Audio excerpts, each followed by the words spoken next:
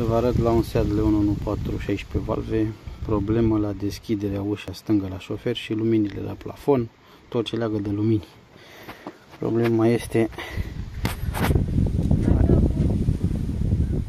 Hai puțin că fac și eu ceva. E aici. Am revenit. Deci, chestia asta de aici de vă arăt eu. Îmi cer scuze. Asta de aici. Am focalizat.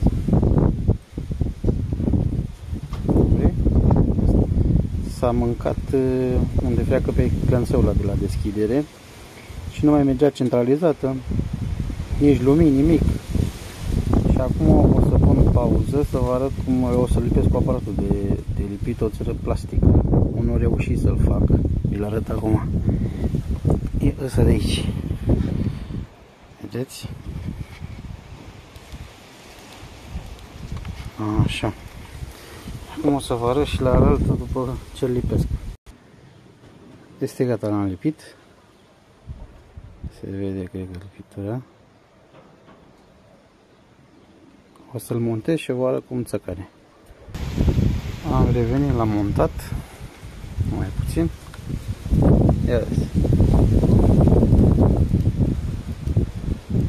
Merge perfect. Problema la amândouă ușile le avem, asta s-a mâncat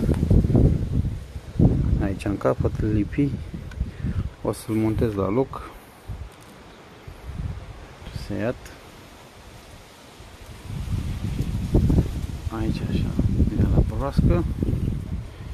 Asta era problema de la plafon, de la deschidere la orice. Ușa șofer stânga.